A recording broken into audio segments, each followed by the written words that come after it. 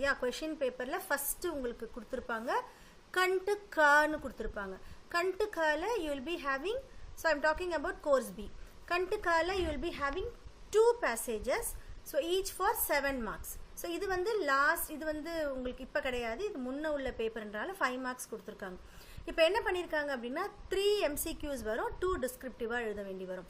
டிஸ்கிரிப்டிவா எழுதும்போது மோஸ்ட்லி நீங்க என்ன பண்ணனும்னா அதை வந்து நீங்களே ஓனா எழுதணும். But you should take words from the passage given so that you will not make mistake. So அப்போ பார்த்தீங்கன்னா உங்களுக்கு 7 மார்க்ஸ்க்கு ஈஸியாக இருக்கும். So I shortly summarise this. என்ன பண்ணணும், அன்சீன் பேசேஜ்க்கு நிறைய டைம் எடுத்துக்கக்கூடாது. மேக்ஸிமம் 2 times படிக்கணும். ஃபர்ஸ்ட் டைம் படிக்கும் போதே ஃபோக்கஸ்டாக படிக்கணும். இல்லை எனக்கு ரொம்ப கன்ஃபியூஷனாக இருக்குன்னா செகண்ட் டைம் படிக்கலாம். அப்பயும் உனக்கு கன்ஃபியூஷனாக இருக்குன்னா straight away you should go to the question answers. Question ஆன்சர்ஸையும் பேசேஜையும் லிங்க் பண்ணலாம். ஸோ இந்த கொஸ்டினுக்கு நம்ம இதை படித்தது எங்கே இருக்குன்னு லிங்க் பண்ணி எழுதலாம். ஸோ இது யாருக்கு நான் சொல்கிறேன்னா ரொம்ப கன்ஃபியூஸ்டாக இருக்குது, சுத்தமாக அண்டர்ஸ்டாண்ட் ஆகலை அப்படின்றவங்க யூ கேன் டூ தட். ரொம்ப டைம் எடுத்துக்கக்கூடாது. படிச்சுட்டே இருக்கும் போது பாதியில் வந்து டைவர்ட் ஆகி போயிட்டு திரும்ப ஃபர்ஸ்ட்லேருந்து படிச்சிங்கன்னா it is mere waste of time. So this is all about unseen passage. Unseen பேசேஜை ஃபஸ்ட்டே எழுதுறது ரொம்ப நல்லது. ஏன்னா இப்போ நீங்கள் நல்லா அதை ப்ராக்டிஸ் பண்ணிவிட்டு அன்சீன் பேசேஜை ஃபஸ்ட்டு உங்களுடைய அதில் எஃபர்ட் கொடுக்கணும். ஸோ இன்றைக்கி இப்போ நான் கிளாஸில் என்ன பண்ண போகிறேன்னா, இது வந்து பார்த்திங்கன்னா உங்களுக்கு ரொம்ப சின்னதாக தான் கொடுத்துருக்காங்க. சம்டைம்ஸ் லக்கிலி நம்மளுக்கு சின்னதாகவும் கொடுப்பாங்க. ஸோ இது வந்து இப்போ நான் ரீட் பண்ண போகிறேன். இப்போ நான் ரீட் பண்ணும்போதே நீங்கள் என்ன பண்ணணும் அப்படின்னா அப்படியே என் கூட ஃபாலோ பண்ணிகிட்டே வந்து எதெல்லாம் நம்மளுக்கு எந்த இடத்துல புரியல. சி வாட் இஸ் காம்ப்ரிஹென்ஷன், இது comprehension. What is comprehension? Comprehension அப்படின்னு சொன்னாலே ஹோலாக அண்டர்ஸ்டாண்ட் பண்ணுறது. அந்த பேராகிராஃபை உனக்கு ஹோலாக அண்டர்ஸ்டாண்ட் பண்ணணும். அதுக்கப்புறம் தான் நீ வேர்ட் பை வேர்ட் தேடணும். இப்போ ஹோலாக அண்டர்ஸ்டாண்ட் ஆகுதா, எந்த இடத்துல நம்மளுக்கு தெரியலன்றது பார்க்கலாம். இன்னொன்று, நீங்கள் ஒரு பேராகிராஃப் நான் உங்களுக்கு கொடுத்துட்டேன் அப்படின்னா நீங்கள் என்ன பண்ணணும்னா அதில் இருக்கிற அன்னோன் வேர்ட்ஸை உங்கள் நோட்டில் எழுதணும். This I have told you already. நீங்கள் என்ன பண்ணணும்னா அன்னோன் வேர்ட்ஸ், எவ்வளோ வேர்ட்ஸ் உங்களால் இந்த வருஷத்துக்குள்ளே லேர்ன் பண்ண முடியுமோ, இதுதான் உங்களுடைய போர்டு எக்ஸாமுக்கு நீங்கள் உங்களை வந்து தயார்படுத்திக்கிறது. You are preparing yourself for the board exam by reading more unknown words. Vocabulary enrich பண்ணிட்டே வர வர வர வர என்ன ஆகும்னா ஓனாக எழுதுறதுக்கு உனக்கு அது யூஸ்ஃபுல்லாக இருக்கும். அதுக்கு நம்மளுக்கு இந்த அன்சீன் பேசேஜே வந்து ஒரு பெரிய பேசேஜ் தான். சரியா? So will see now. நான் ரீட் பண்ணுறேன், லிசன் பண்ணுங்க. पशु को बांध कर रखना पड़ता है क्योंकि वह निरंकुश है, चाहे जहां तहां चला जाता है, इधर उधर मुंह मार देता है. क्या मनुष्य को भी इसी प्रकार दूसरों का बंधन स्वीकार करना चाहिए? क्या इससे उसमें मनुष्यत्व रह पाएगा? पशु के गले की रस्सी को एक हाथ में पकड़कर और दूसरे हाथ में एक लकड़ी लेकर जहां चाहो हाँक कर ले जाओ. जिन लोगों को इसी प्रकार हाँके जाने का स्वभाव पड़ गया है, जिन्हें कोई भी जिधर चाहे ले जा सकता है, काम में लगा सकता है, उन्हें भी पशु ही कहा जाएगा. पशु को चाहे कितना मारो, चाहे कितना उसका अपमान करो, बात में खाने को दे दो, वह पूंछ और कान हिलाने लगेगा. ऐसे नर पशु भी बहुत से मिलेंगे जो कुचले जाने और अपमानित होने पर भी जरा सी वस्तु मिलने पर चट संतुष्ट और प्रसन्न हो जाते हैं. कुत्ते को कितना ही ताड़ना देना के बाद उसके सामने एक टुकड़ा डाल दो, वह चट से मार पीट को भूलकर उसे खाने लगेगा. यदि हम भी ऐसे ही है तो हम कौन हैं, इसे स्पष्ट कहने की आवश्यकता नहीं. पशुओं में भी कई पशु मार पीट और अपमान को नहीं सहते. वे कई दिन तक निराह रहते हैं. कई पशुओं ने तो प्राण त्याग दिए, ऐसा सुना जाता है. पर इस प्रकार के पशु मनुष्य कोटि के हैं, उनमें मनुष्यत्व का समावेश है. यदि ऐसी कहा जाए तो कोई अत्युक्ति ना होगी. So this is what the paragraph is. Okay. So இப்போ நம்ம வந்து டிஸ்கஸ் பண்ண போறோம். இந்த paragraph we are going to discuss. So can anyone tell me what is this paragraph about? So far what you understood you can tell me. Ma'am, animals பத்தி இருக்கு. Animals பற்றி இருக்குது. ஸோ லிட்ரலாக அனிமல்ஸ் பற்றி தான் மீன் பண்ணுறாங்க, வேறு எதுவுமே அவங்க. சரி, நம்ம 9th ஸ்டாண்டர்ட் வந்ததுக்கப்புறம் இப்போ ஒரு ஸ்டோரி சொல்கிறாங்க அப்படின்னா you should see the moral behind it. அவங்க என்ன சொல்ல வராங்க, see something they will say for the society. அந்த மாதிரி இதில் சொசைட்டிக்கு என்ன சொல்கிறாங்க? Can anyone tell me? just discussion தான், anything is fine. சொல்லுங்க. Humans are cows or animals which compare. Ma'am tolerance பத்தி பேசுறாங்க மேம். அனிமல்ஸ் வந்து சில வாட்டி டாலரேட் பண்ணுவாங்க, சில அனிமல்ஸ் டாலரேட் பண்ண மாட்டாங்க. அவங்க ஃபுல் டே வந்து சோகமாவே இருப்பாங்க, அவங்களோட லைஃப கூட வந்து தியாகம் பண்ணுவாங்க. சரி, ஓகே, இது ஒன் ஆஃப் தி திங். இன்னும் வேற ஏதாவது?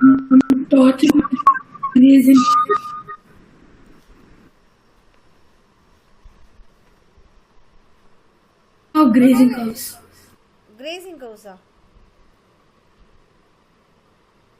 இல்லடா, இன்னும் நல்லா சொல்லணுமேடா நீங்க. people have come to 10th ஸ்டாண்டர்ட்ல நிறைய சொல்லாமே இன்னும். பசுக்கு பான்கர். பசுக்கு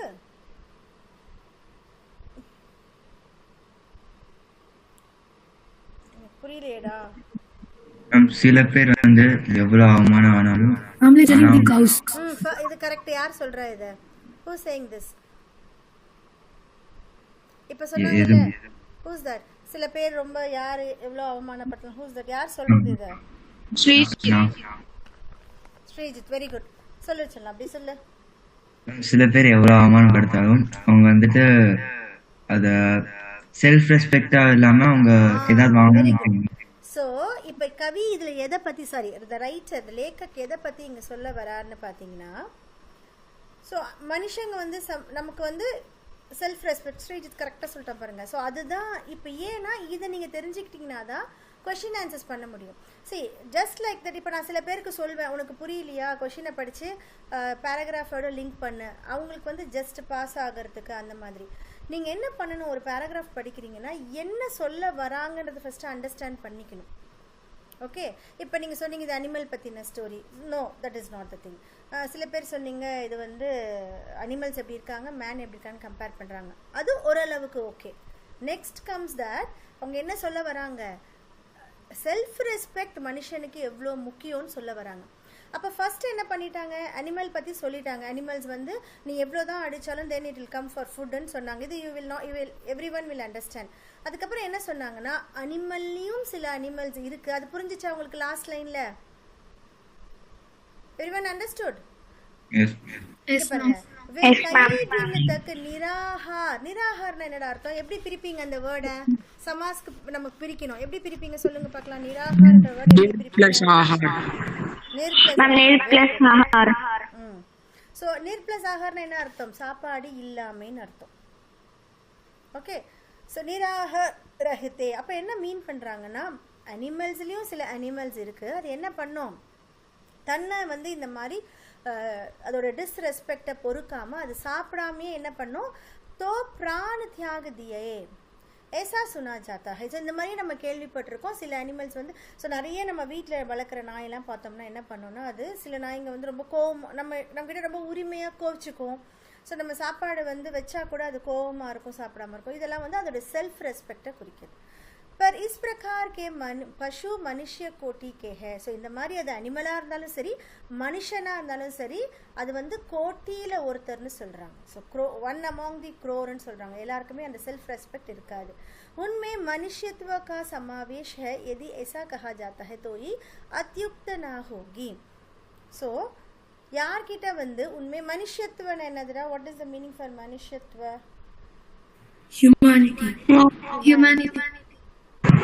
humanity. ओके, सो उनमें मनुष्यत्व का समावेश है. यदि ऐसा कहा जाता कोई अत्युक्ति, अत्युक्ति अलंकार ने படிச்சிருப்பீங்க. வாட் இஸ் அத்தியுக்தி அப்படின்னா வந்து எக்ஸாஜரேஷன். ஸோ இதில் வந்து இது வந்து எக்ஸாஜரேஷன் கிடையாது. இந்த மாதிரி மனுஷங்களும் சரி அனிமல்ஸும் சரி இந்த ஹியூமன் எசன்ஸ் இருக்கிற அனிமல்ஸும் சரி ரொம்ப ரேர் ஆனதுன்னு சொல்கிறாங்க.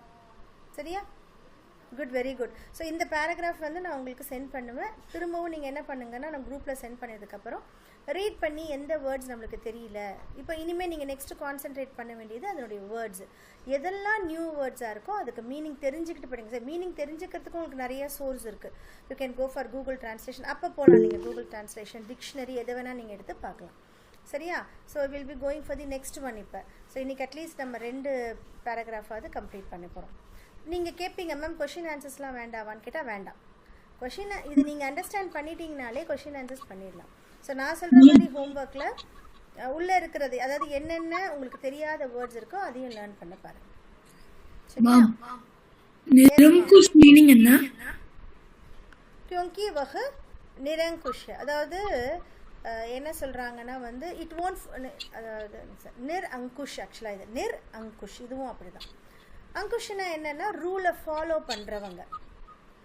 சரி, பசு வந்து it won't follow the rules. நிரங்குஷ்னா அன்ரூலின்னு அர்த்தம். ஏன் வந்து அனிமல்ஸை கட்டி வைக்கிறோம்? பிகாஸ் இட் டசன்ட் நோ இந்த ரோடு இப்போ நீ கிராஸ் பண்ணி போகக்கூடாது. இப்போ நாயை நம்ம வெளியில் கட்டி வைக்கலன்னா it doesn't know that it should not come inside. கட்டி வச்சாதான் அதுக்கு தெரியும். அதான் நிரங்குஷ். Unruly, that doesn't follow the rules.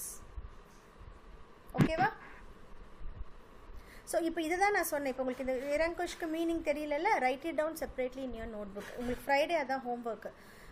ஏன்னா இப்போ நான் மீனிங் சொல்கிறேன்னா யார் இவனுக்கு இப்போ நிரங்குஷ் தெரிஞ்சிருக்கலாம், அவனுக்கு தெரியாமல் இருக்கலாம். ஸோ நீங்கள் தான் இதை வந்து செல்ஃபாக இந்த ஒர்க் பண்ணணும். இவ்வளோ நாள் நாங்கள் பண்ணல மேம், 6th எங்களுக்கு மீனிங்ஸே நாங்கள் சரியாக படிக்கல அப்படின்றதுக்காகவாது நீங்கள் என்ன பண்ணணும், you have to make it as a habit. So இதை வந்து நீங்கள் ஒரு ஆதத்தாக ஆக்கிட்ட என்ன பண்ணுங்கள், அன்னோன் வேர்ட்ஸை எழுதுங்க, மீனிங் வந்து சர்ச் பண்ணுங்கள். சர்ச் பண்ணியும் எனக்கு கரெக்டான மீனிங் கிடைக்கலாம்னா நெக்ஸ்ட் கிளாஸில் கேளுங்க, நான் சொல்கிறேன், அதை எழுதி வச்சுக்கோங்க. இது என்ன ஆகும் அப்படின்னா நீங்கள் மீனிங்ஸ் எழுத எழுத எழுத எழுத ஒரு 10 இது நம்ம பார்க்குறோம். அதுக்கப்புறம் உங்களுக்கே தெரியும் மேம் இந்த வேர்டு நான் பார்த்துருக்கேன். ஸோ ரிப்பீட்டடாக உங்களுக்கு வேர்ட்ஸ் வரும். ஸோ அட் லாஸ்ட் வந்து doing this unseen passage will be very easy. Okay, so will go for the next one.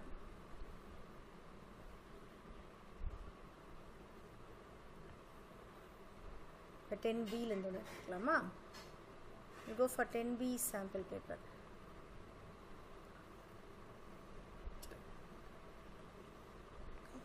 சரி, I'm taking it randomly only. நம்ம இதுதான் இப்படிலாம் இல்லை, ரேண்டமாக நான் எடுக்கிறேன். திடீர்னு நான் ஏதாவது ஒரு வெப்சைட்டில் எடுப்பேன், கொஷின் பேப்பரில் எடுப்பேன்.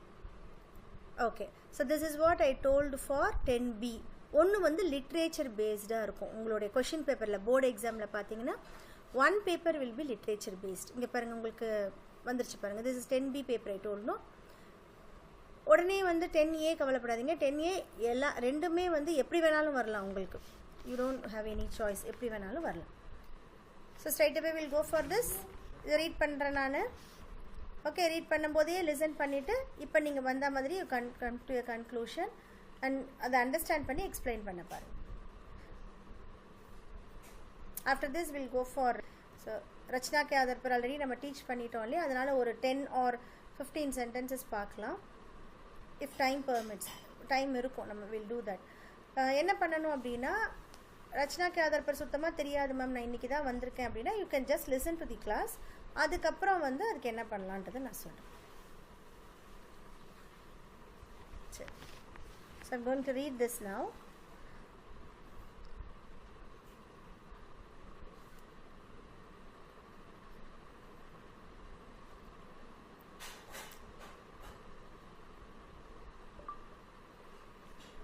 हिंदी कवियों से भक्ति शिरोमणि तुलसीदास का स्थान सर्वोपरि है.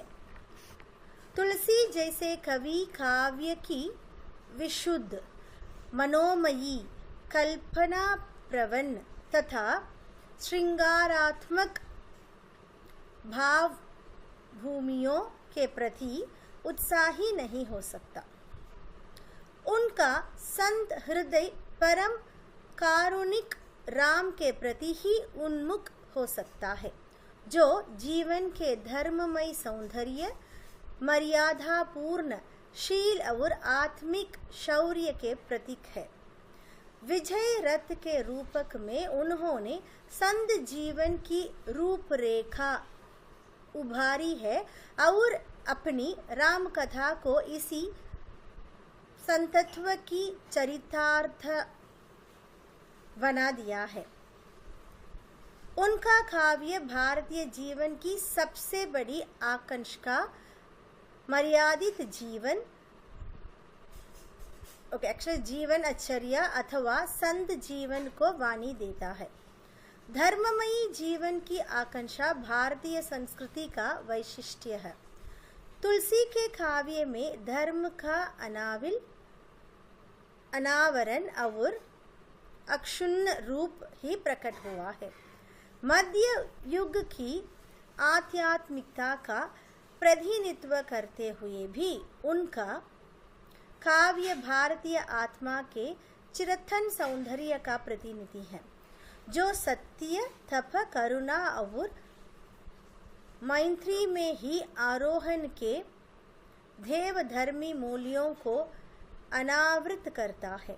उनके काव्य में हमें श्रेष्ठ कवित्व ही नहीं मिलता, उसके आधार पर हम संत कवित्व की रूपरेखा भी निराधार कर सकते हैं। भक्ति उनके जीवन की आंतरिक भाव साधना है। इस भाव साधना की वाणी की अप्रतिम क्षमता देकर उन्होंने निष्कप द्वीप शिखा की भांति अपनी काव्य कला को निसंग और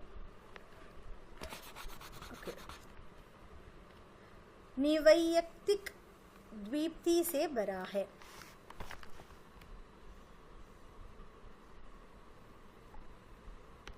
So this is literature based. What is this? So far I read no, this is literature based paragraph.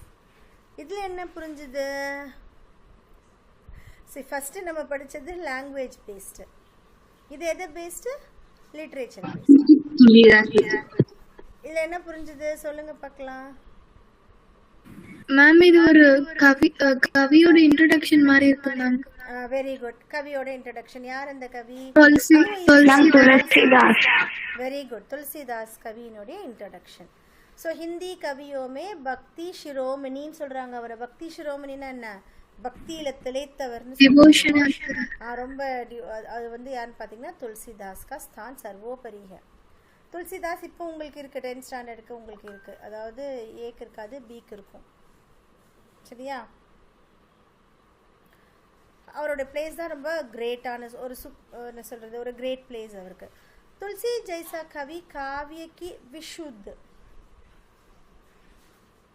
Okay मनोमयी कल्पना प्रवण तथा श्रृंगारात्मक भाव भूमियों के प्रति उत्साही नहीं हो सकता. इधर ஓரளவுக்கு உங்களுக்கு அண்டர்ஸ்டாண்ட் பண்ணலாம். என்ன அண்டர்ஸ்டாண்ட் பண்ணுங்க சொல்லுங்க பார்க்கலாம்.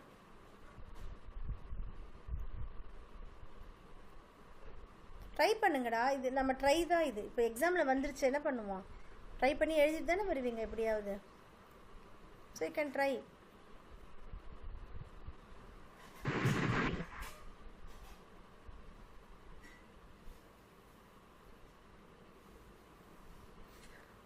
No try at all. Tulsi जैसे कवि काव्य के विशुद्ध, विशुद्धना என்னவா இருக்கும்? சும்மா அசியூம் பண்ணலாமா? எனிபடி விஷுத்? மேம் அந்த போயமோடைய நேச்சர் ஐடியா.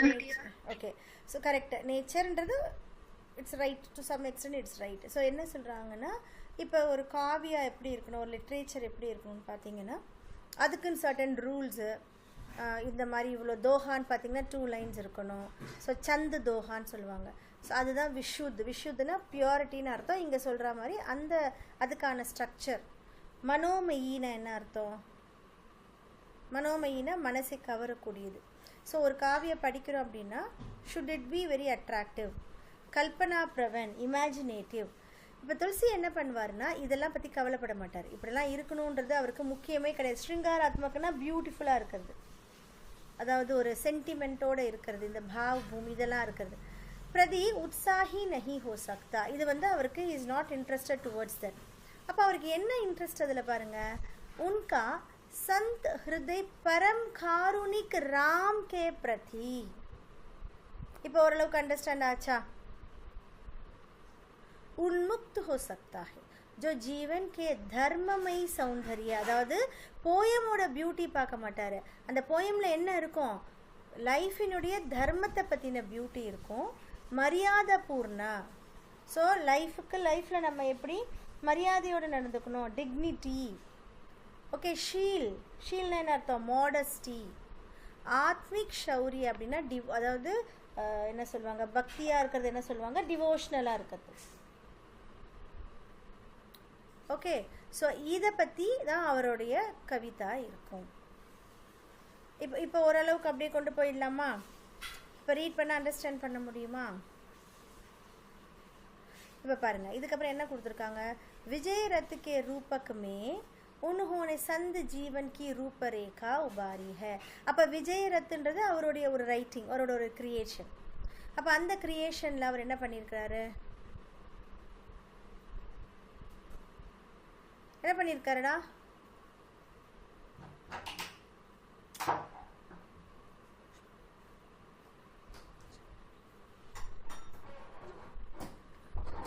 நான் இவ்வளோ தூரம் சொல்லிட்டேன் எனிபடி ட்ரை இப்போ நம்ம இவ்வளோ பார்த்துட்டோம்ல மிஸ் அவரோட பயோகிராஃபியா இல்லை விஜய் ரத்ன்றது அவரோட ஒன் ஆஃப் தி ரைட்டிங்ஸ் அதில் அவர் எதை பற்றி சொல்கிறாரு மேம் ராமரோடைய டிவோஷன் அவர் வந்து அவர்கிட்ட இருக்கிற அந்த டிவோஷன் ராமன் பத்தி இருங்க ஸோ இப்போ நீங்கள் சொல்கிற மாதிரி இது அவரோட இன்ட்ரொடக்ஷன்ரா அவரோட இன்ட்ரடக்ஷனில் என்ன சொல்லிட்டாங்கன்னா அவர் கவிதாவை பற்றி ரொம்ப இம்பார்ட்டன்ஸ் கொடுக்க மாட்டார் instead he will give importance in this கவிதா ஃபார் தி லைஃப்பில் இருக்க வேண்டிய அந்த என்ன சொல்கிறது லைஃபினுடைய beauty moral values and then அதில் இருக்கக்கூடிய பக்தியை பற்றி இருக்குன்னு சொல்லிட்டாங்க that is one of the point இப்போ எஸ் வைஸா இருக்கிறது நாலேஜபிள் அந்த லைஃப்ல இருக்குது லைஃப் எப்படி இருக்கணுன்றத பற்றி அவரோட கவிதா இருக்கும் அப்படின்றத ஃபர்ஸ்ட் சொல்லிட்டாங்க நெக்ஸ்ட் என்ன சொல்கிறாங்க விஜய் ரத் கே ரூபக் அப்படின்றது அவருடைய ஒன் ஆஃப் தி கவிதா புரியுதா ஸோ அந்த கவிதாவில் அவர் எதை பற்றி சொல்கிறாருன்னு பார்த்தீங்கன்னா விஜய் ரத் கே ரூபக்மே உன்ஹோனே சந்து ஜீவன் சந்துன்னா யாருன்னு பார்த்தீங்கன்னா இந்த சாமியார்களை தான் முன்ன சந்துன்னு சொல்லுவாங்க சந்துனா செயின்ஸ்ன்னு அர்த்தம் ஸோ அதில் அவர் செயின்ஸோடைய லைஃப்பை பற்றி ரூபரேகானா அண்டர்லைன் பண்ணி காமிச்சிருக்காரு மேற்கோள் காமிச்சிருக்காரு அதை அங்கே ஃபோக்கஸ் பண்ணி காமிச்சிருக்காருன்னு சொல்கிறாங்க புரியுதா உபாரி அப்படின்னா he has just focused on that புரிஞ்சுதாடா ஸோ இப்போ நம்ம என்ன பண்ணணும் ஒன்று அண்டர்ஸ்டாண்ட் பண்ணணும் ஒன்று இப்போ அவரை பற்றி சொல்கிறாங்க அவருடைய கவிதாவில் அவர் கொடுக்குற இம்பார்ட்டன்ஸ் பற்றி சொல்லிட்டாங்க विजय रथ के रूप में அதுவா அது நெக்ஸ்ட் और अपनी राम कथा को இப்போதான் ராம் கதா பற்றி சொல்கிறாங்க இப்போ ராம் கதாவில் என்ன சொல்கிறாரு इसी संतत्व की சரிதார்த்தா பனா தியா ஹே அப்போ இந்த ராம் கதாவில் பார்த்தீங்கன்னா இந்த சந்த் எப்படி இருக்கணுன்றது தான் ராமரை வச்சு கதையாக சொல்லியிருக்காங்க இப்போ ராமர் பார்த்தீங்கன்னா 14 இயர்ஸ் எங்கே இருந்தார் வனவாசத்துல இருந்தார் ஃபாரஸ்ட்ல இருக்கும்போது அந்த வன்வாஸ்ல இருக்கும்போது அவருடைய ட்ரெஸ்ஸிங்ஸ்லாம் எப்படி இருக்கும் செயின்ஸ் மாதிரி தான் இருக்கும் இல்லையா அப்போ அவர் என்ன பண்ணுறாரு ராமரோட கதையில் சந்தத்வகி சரிதார்த்தனா பனாதியாகே இப்போ நீங்கள் என்ன பண்ணுவீங்கன்னா உங்களுடைய மென்டாலிட்டி ஸ்டூடெண்ட்ஸோட மென்டாலிட்டி எப்படி இருக்கும்னா இந்த மாதிரி படித்த உடனேயே ஐயோ இது நமக்கு புரியலையே இப்போ கொஷின் பேப்பரில் ஸ்டார்டிங்கில் இது இருக்குதுன்னு வச்சுக்கோங்களேன் நீங்கள் என்ன பண்ணுவீங்கன்னா படித்த கொஷின்ஸும் மறந்து போயிடும் நீங்கள் நல்லா ஹிந்திக்கு ப்ரிப்பேர் பண்ணிட்டு போயிருந்தாலும் இது என்னது எனக்கு ஒன்றுமே புரியல இது எனக்கு சுத்தமாக புரியல அப்படின்னு சொல்லிட்டு நீங்களே ஒரு கன்க்ளூஷனுக்கு வந்துடுவீங்க படித்ததும் மறந்து போய் ஒரு மாதிரி வெக்ஸ் ஆகி நல்லா எழுத வேண்டிய பார்ட் கூட எழுத மாட்டீங்க ஸோ அதுக்காக தான் இந்த இதை நான் இப்போ எடுத்திருக்கேன் சார் அது லக்கிலி உங்களுக்கு அதுவே வந்துருச்சு நான் ரேண்டமாக தான் எடுத்தேன் பட் உங்களுக்கு அது வந்துருச்சு பட் இதில் நீங்கள் என்ன அண்டர்ஸ்டாண்ட் பண்ணணும்னா எதுவுமே வந்து டிஃபிகல்ட் கிடையாது உங்கள் எல்லாரும் நீங்கள் இப்போ எல்லாருமே தான் ஆன்சர் பண்ணுறீங்க ஃபஸ்ட்டு கொஞ்சம் புரியாத மாதிரி இருந்தவங்க கூட சொல்ல உங்களுக்கு அது புரியுது இல்லையா so what I mean to say is எந்த பேராகிராஃபாக இருந்தாலும் பேனிக் ஆகக்கூடாது அன்சீன் பேசேஜில் ஒன்றுமே எனக்கு புரியல மேம் அது முக்கியமாக 10A சில்ட்ரன் என்ன சொல்லுவாங்கன்னா மேம் எனக்கு கவிதாவில் எதுவுமே புரியவே இல்லை பட் கவிதா தான் இதை ஈஸியாக மார்க் ஸ்கோர் பண்ணலாம் yes anybody wants to say something சரி, ஓகே. நடுவில் வந்து பேசக்கூடாது, சரியா? லிசன் பண்ணுங்க. இது மாதிரி இப்போ பாருங்கள், நம்ம ஓரளவுக்கு நம்மளே ஒரு கன்க்ளூஷனுக்கு கொண்டு வந்துட்டோம். नेक्स्ट पारेंगे, उनका काव्य भारतीय जीवन की सबसे बड़ी आकांक्षा मर्यादित जीवन चर्चा अथवा संत जीवन का वाणी है.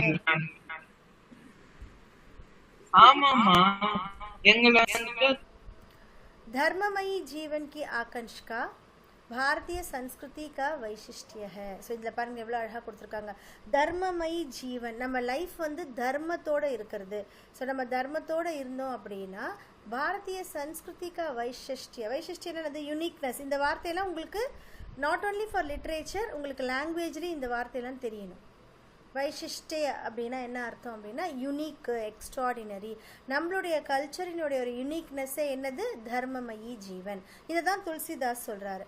तुलसी के काव्य के धर्म का अनावरण அவர் அக்ஷுண்ண ரூப் ही प्रकट हुआ है. ஸோ இதில் என்ன சொல்கிறாங்க? இந்த வேர்டு ஏதாவது கேள்விப்பட்ட வேர்டாக இருக்க பாருங்கள் உங்களுக்கு. அநாவில், அநாவரன். ஸோ இங்கே வந்து ஆக்சுவலாக நாவில், நாவரன், ஷுன்னு தான் வந்து வேர்டு. இப்போ ஆ முன்னாடி போடும்போது நம்ம என்ன பண்ணுறோம்? ஆப்போசிட் மீனிங்கை கொடுக்குறோம். ஓகே. ஸோ நாவில் அப்படின்னா கரப்டடுன்னு அர்த்தம். இது வந்து அன்கரப்டட், ஸோ கரப்ஷன் இல்லாத. அநாவரன் அப்படின்னா என்ன அர்த்தம்? அதாவது ஒளிவு மறைவு இல்லாத. அதே மாதிரி ஷுன் அப்படின்னா வந்து க்ளோஸ்டு ஃபார்ம். ஓகே, இது வந்து ஃபேக்டாக இருக்கிற ஃபார்ம். ஸோ இதுக்கு மீனிங் உங்களுக்கு தெரியலனா கூட பரவாயில்ல, நீங்கள் அது ஒன்றும் நீங்கள் ஐயோ இந்த மீனிங் எனக்கு தெரியல. இப்போ பாருங்கள், இது நீங்கள் என்ன அண்டர்ஸ்டாண்ட் பண்ணணும்? तुलसी के काव्य के धर्म में अनाविल अनावरण और अनुक्षण रूप ही प्रकट हुआ है. அப்போ இவ்வளோ நேரம் நம்ம மேலே படிச்சிருக்கோம், துளசிதாஸ் லைஃபுக்கானதை கொடுக்குறோம். அப்போ சம்திங் ரிலேட்டட் டு லைஃப்னு நீ அண்டர்ஸ்டாண்ட் பண்ணிக்கணும். मध्य युग की आध्यात्मिकता का प्रतिनिधित्व करते हुए, அதாவது மத்திய யுக் என்ன அர்த்தம்? மிடில் ஏஜஸை சொல்கிறாரு. அதாவது மிடியூவல் பீரியட் நீங்கள் வந்து ஹிஸ்ட்ரியில் படிச்சிருப்பீங்க. அதுதான் மத்திய யுகக்கு. ஆத்தியாத்மிக்தாக்கே பிரதிநிதித்துவ அப்படின்னா ரெப்ரசன்டேட்டிவ். ஸோ துளசி வந்து என்ன பண்ணுறாரு அப்படின்னா அந்த மிடியூவல் பீரியட் எப்படி இருந்ததுன்றதை இங்கே ரெப்ரசன்ட் பண்ணுறாரு. இந்த பிரதிநிதித்துவ, வைசிஷ்டிய, இந்த வேர்ட்ஸ் எல்லாம் உங்களுக்கு தெரியும். करते हुए भी उनका काव्य भारतीय आत्मा के चिरंतन सौंदर्य का प्रतिनिधि है, जो सत्य, तप, करुणा और मैत्री एक्चुअली இங்கே டாட் வரணும். மைத்ரி அப்படின்னா என்ன அர்த்தம்னா ஃப்ரெண்ட்ஷிப். ஸோ அதாவது சகோதரத்துவத்தோடு இருக்குது. மே ही आरोहण के देव धर्म मूल्यों को अनावृत करता है. ஸோ இப்போ இதை வந்து நம்ம இங்கேயே ஸ்டாப் பண்ணுறோம்.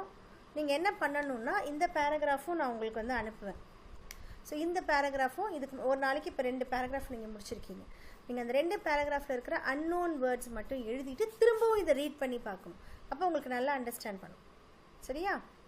So now will be going for ரச்சனா கே ஆதார் பர். Ma'am, one doubt, ma'am. Yes, da.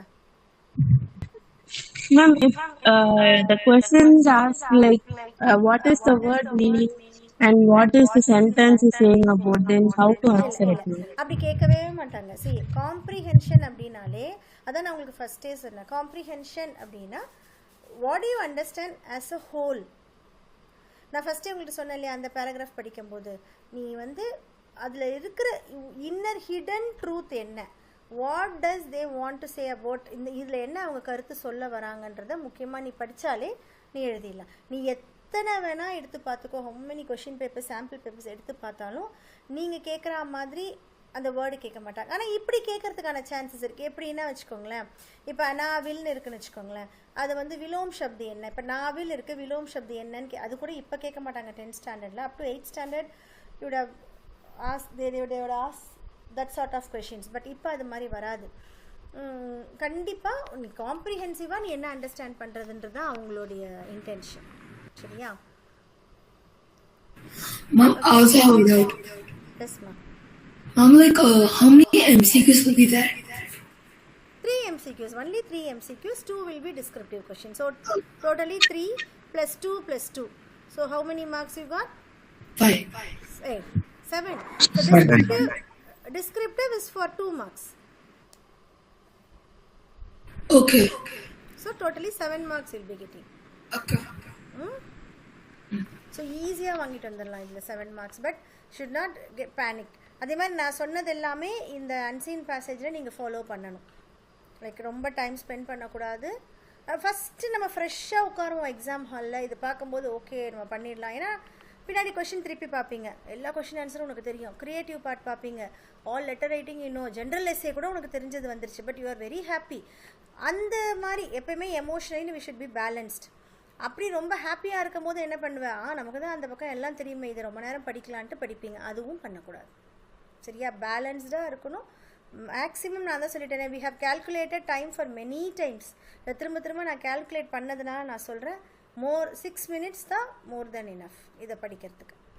படித்து நேராக கொஷின் ஆன்சர்ஸ் போகிறதுக்கு 6 minutes மோர் தென் இனஃப். சம்டைம்ஸ் நம்ம if you are unlucky you get a very long paragraph, அப்போ கொஞ்சம் கூட டைம் ஆகுமே தவிர்த்து மற்றபடி இது எல்லாமே ஒன்று தான். சரியா? சரி, வில் கோ ஃபார் ரச்சனா கே ஆதார் பர். இதுலேயே போயிடலாம். வை ஐம் கோயிங் ஃபார் ரச்சனா கே ஆதார் பர்னா it is common for both the classes. எஸ்மா? நார்மலா क्वेश्चन ஆன்சர்ஸ் படிச்சா மேம் பாராகிராஃப் படிக்கலாம். அதுதான் நான் சொன்னேன். இப்போ வந்து அப்படியும் செய்யலாம். பட் என்னன்னா வந்து ஒரு தடவை படிக்கும் போதே உனக்கு ஒரு என்ன சொல்லியிருக்காங்கன்னு தெரிஞ்சுட்டு கொஷின் ஆன்சர்ஸ்க்கு போயிடணும். ஸோ யூஸ்வலாக அதுதான் கரெக்டான ஃபார்மேட். உனக்கு புரியுதோ புரியலையோ கொஷின் ஆன்சர்ஸ்க்கு போயிட்டீங்கன்னா நீங்கள் லிங்க் பண்ணுறதுக்கு ஈஸியாக இருக்கும். ஓ இந்த மாதிரி இது எதுக்கு பண்ணலான்னா இன்னும் ரொம்ப இதுவாக வந்து போயம்க்கு பண்ணால் இன்னும் ஈஸியாக இருக்கும். ஏன்னு சொன்னீங்கன்னா, எதுக்காக இந்த இதை நாங்கள் போயம்க்கு இந்த ஐடியா ஃபாலோ பண்ணுறோன்னா, இப்போ நீங்கள் ப்ரோஸ்க்கு கூட எடுத்துக்கோங்களேன், உனக்கு அவன் என்ன சொல்ல வரானே புரியல. ஸோ ஏதோ ஒன்று சொல்கிறான். இப்போ ஃபஸ்ட்டு நம்ம எடுத்தோம், அனிமல் பற்றி பேசினாங்க. அப்போ நம்ம என்ன பண்ணுவோன்னா, ஸ்ட்ரெயிட்டாக நான் கொஷின் ஆன்சர்ஸ் போக சொல்கிறேன். கொஷின் ஆன்சர்ஸ் போகும்போது அவன் நேராக கொஷினில் வந்து கவி இதை பற்றி சொல்கிறாருன்னு சொல்லி ஆப்ஷன்ஸ் கொடுத்துருவாங்க. அப்போ உனக்கு ஒரு ஐடியா கிடச்சிடும், ஓ அப்போ இந்த பேராகிராஃப் இதை பற்றி தான். அதனால கொஷின் ஆன்சர்ஸ் போயிட்டு போகிறதும் பெஸ்ட்டு சாய்ஸ் தான். பட் ரொம்ப கரெக்டான ஃபார்மேட் என்னென்னா, ஒரு தடவை ரீட் பண்ணிவிட்டு கொஷின் ஆன்சர்ஸ் போயிட்டு திரும்ப ஒரு தடவை பார்த்துக்கிறது பெட்டர் சாய்ஸ். சரியா? எதுக்காக கொஷின் ஆன்சர் போக சொல்கிறாங்கன்றது இதுக்காக தான். ஏன்னா உனக்கு பேராகிராஃப் எதை பற்றின்னு தெரிஞ்சுக்கிறதுக்கு ஒரு இது கிடைக்கும் இல்லையா, அதுக்காக தான் கொஷின் ஆன்சர்ஸ் போன்னு சொல்கிறாங்க. சரியா? ஓகே, இப்போ நம்ம வந்து ஆப்ஷன்ஸில் தான் பார்க்க போகிறோம். ரச்சனா கே ஆதார் பர் எல்லாருமே ஆன்சர் பண்ணலாம். Those who are new and those who still don't understand can remain quiet. அவங்களுக்கு திரும்பவும் நம்ம வரலாம், சொல்ல சொல்ல வந்துடும். रीति के अनुसार दोनों का एक ही गांव का होना आवश्यक था. इस वाक्य का मिश्र वाक्य होगा. ऑप्शन பார்த்து கூட சொல்லுங்க, ஒன்றும் பிரச்சனை இல்லை. இது மிக்ஸ்டு வாக்கியம் என்னவா இருக்கும்? मैम फर्स्ट रीति के अनुसार. रीति के अनुसार एक ही ஃபர்ஸ்ட் ஆப்ஷன் அடா மேம் தேர்ட் மேம். சரி, நல்லா ரீட் பண்ணுங்க. உங்களுக்கு ஆப்ஷன்ஸ் கொடுத்துருக்காங்க. You need not very. Read பண்ணிட்டு சொல்லுங்க. I want a clever answer. பார்க்கலாம் யார் நான் சொல்லி கொடுத்ததுனால சமத்தா அண்டர்ஸ்டாண்ட் பண்ணி சொல்கிறாங்கன்னு பார்க்கலாம். मैम थर्ड ऑप्शन यह रीति थी इसलिए दोनों एक घाव थे. அது संयुक्त वाक्यடா. मैम कोई नहीं, इनमें कोई नहीं आड़ा. रीति के अनुसार यह आवश्यक था कि दोनों एक ही गांव के हों.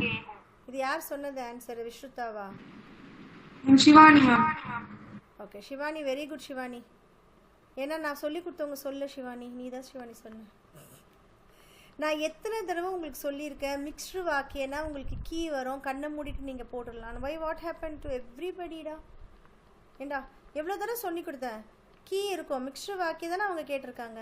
இங்கே என்ன சொல்லியிருக்காங்க பாருங்கள், ரீதி के अनुसार एक आवश्यकता था कि दोनों एक ही गांव के हो. So you can just translate it in English.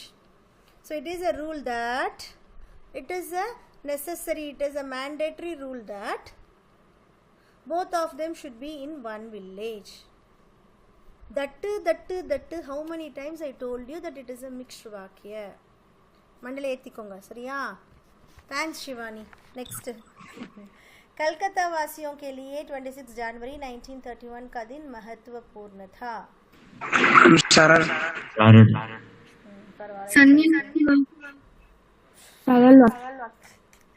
சாது மட்டும் ஒன்று சொல்வா, ஒன்று சொல்லிட்டு அதுலேருந்து ஒன்று கொண்டு வருவா, என்னை டெஸ்ட் பண்ணுவா. ஏன் எங்கே இது சன்யுக்த? சரி சன்யுக்தனா எனக்கு வந்து கனெக்டிங் வேர்டு சொல்லு. எது இங்கே கனெக்டிங்?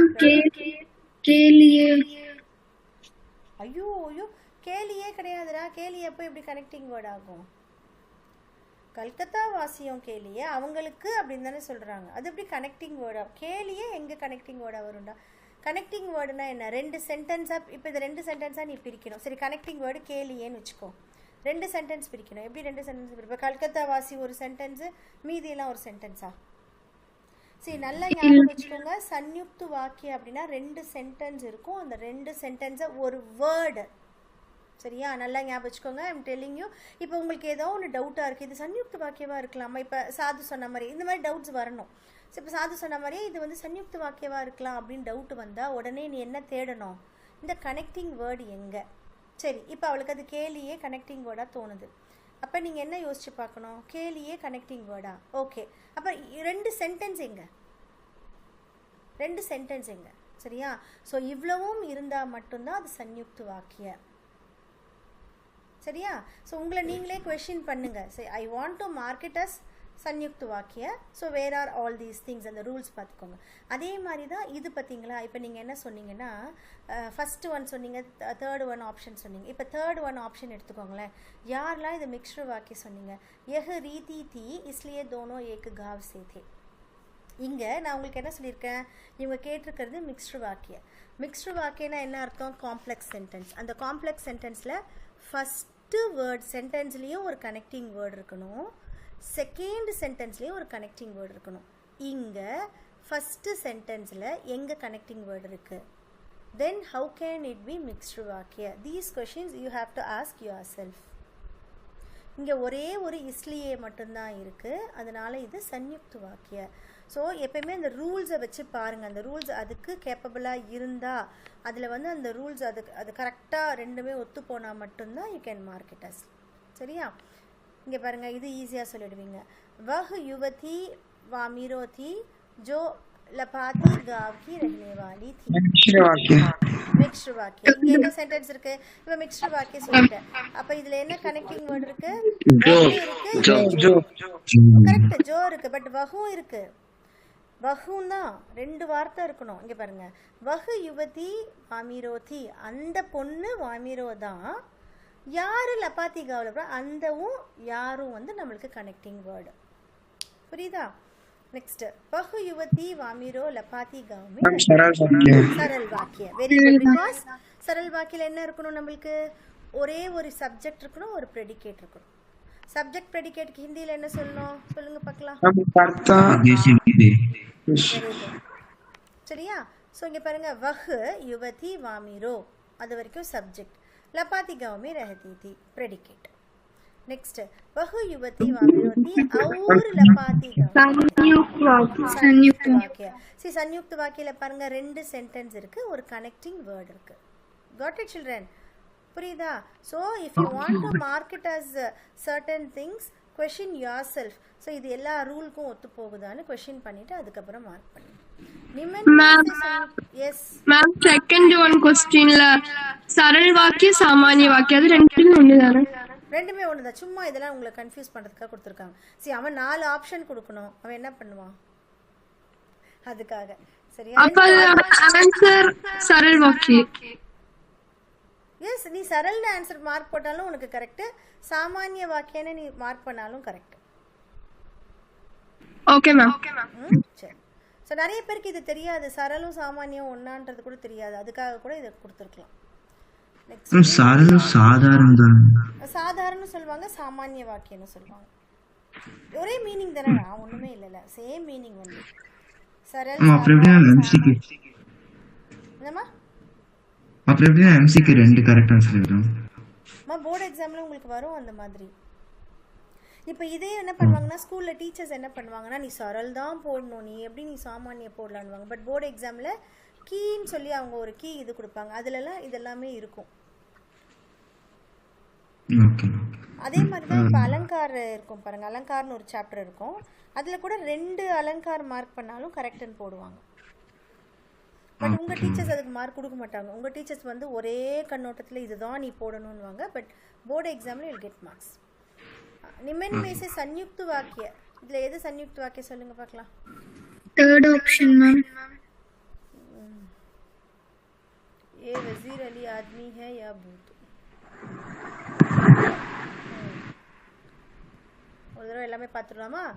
तुझ सवार एक जाबा सिपाही था. ओके, ये वजीर अली आदमी है या भूत? ओके, செகண்ட் ஒன் தானே மேம் வரும் मैम थर्ड वन இருங்க யா दरिए पर जाओ तो उसे सलाम करो. जाओ तो उसे सलाम करो. ராஜ் கபூர் एक संवेदनशील कलाकार थी. சரி, இப்போ செகண்ட் ஒன் சொன்னவங்களுக்கு வரலாமா? அந்த மாதிரி டவுட் வரும் இல்லையா? அவன் என்ன சொல்கிறான்? இப்போ ஆக்சுவலாக தோ அப்படின்னா என்ன மீனிங் பாருங்கள் அந்த வேர்டுக்கு.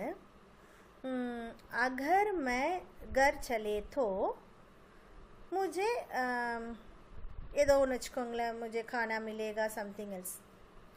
अगर मैं घर चले तो நான் வீட்டுக்கு போனேன்னா எனக்கு இது கிடைக்கும். சரியா? அப்போ அந்த தோ வேற. பட் இந்த தோ என்னது? தரியே பர் ஜாவே தோ உசே சலாம் கரும். நீ அங்கே போனேன்னா நீ வந்து சலாம் பண்ணு. இந்த வாக்கியத்தில் உங்களுக்கு அகர் அகர் வந்ததுன்னா அது வேற கணக்கு. இப்போ நீ அங்கே போனேன்னா தரியே பர் ஜாவோ தோ உசே சலாம் கரும். தமிழில் சொல்லி பாருங்களேன். நீ அங்கே போனேன்னா அவனுக்கு சலாம் பண்ணு. இது சரளா வருதா சன்யுக்தா வருதா? நல்லா யோசிங்க, மண்டே நல்லா யோசிங்க. சன்யுக்தா வருது மேம். சன்யுக்தா தானே வருது. சரி, அப்போ இந்த சென்டென்ஸ் எப்படி சரல் பண்ணுவீங்க?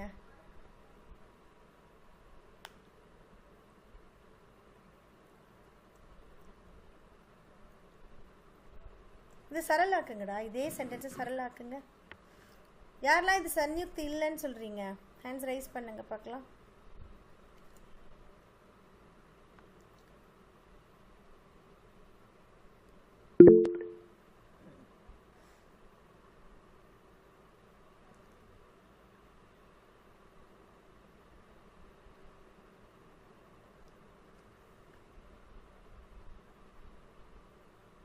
ஓகே, ஸோ இப்போ நான் சொல்கிறேன் பாருங்கள். இப்போ நம்ம ஏற்கனவே படித்தோம், ஒரு சப்ஜெக்ட் ஒரு ப்ரெடிகேட் இருக்கணும்னு படிச்சிருக்கோம் இல்லையா நம்ம சரல் வாக்கியக்கு. இப்போ இந்த இடத்துல பார்த்தீங்கன்னா ஒரு சப்ஜெக்ட் தான். தரியே பெர் ஜாவோ தோ உசே சலாம் கரோ. இப்போ இதில் என்ன சொல்கிறாங்க? நீ அங்கே போனேன்னா சலாம் பண்ணு, அவ்வளோதான். நீ சலாம் பண்ணுன்றது ஒரே ஒரு ப்ரெடிகேட் தான். நீ அங்கே போனேன்னா சலாம் பண்ணு. அப்போ ஒரு சப்ஜெக்ட் தான் இருக்குது, ஒரு ப்ரெடிகேட் தான் இருக்குது. ஸோ இது வந்து என்ன வாக்கியம்னு பார்த்தீங்கன்னா சரல் வாக்கியம். இந்த இடத்துல தோன்றது வந்து எதையும் கனெக்ட் பண்ணலை. Okay, it's not connecting any of the words. So இதில் இங்கே பாருங்கள், ஏ வசீர் அலி ஆத்மி ஹே யா பூத்? இவன் என்ன வசீர் அலியோட ஆத்மியா இல்லைன்னா பூதமான்னு கேட்குறாங்க. மேம் அவங்க ரெண்டு வேர்டு தானே மேம் கனெக்ட் பண்றாங்க. எதுலடா? Third option. ஆமாம் மேம், ஆனால் எங்க மேம் வந்து வேர்டை கனெக்ட் பண்ணா அது சரல்னு சொன்னாங்க. இப்போ இது ரெண்டு சென்டென்ஸ் ஆக்க பார்க்கலாம், சன்யுக்தா ஆக்க பார்க்கலாம். ये वजीर आली आदमी और ये वजीर भूत. இரு I'll tell you இரு வர ஒன் செகண்ட். சரியா? ஸோ இதில் வந்து ரெண்டு நவுன் இருக்கும்போது நம்ம என்ன எடுக்கிறோம்? அதை சரல் அவர் இருந்தாலும் நம்ம சரல் வாக்கின்னு எடுக்கிறோம். அதே மாதிரி தான் இங்கே யா இருந்தாலும் நம்ம சரல் வாக்கிக்கு எடுக்கிறோம். So is it clear children? Now நடுவில் கன்ஃபியூஸ் ஆனாலும் நம்ம இப்போ கிளியர் ஆகிட்டோமா? Is it clear? Yes, ma'am. Yes, ma'am. So இது மாதிரி நிறைய கொஷின் பேப்பர்ஸ் எடுத்து உங்களை நீங்களே செக் பண்ணிவிட்டு கொஷின் வந்து கேளுங்க.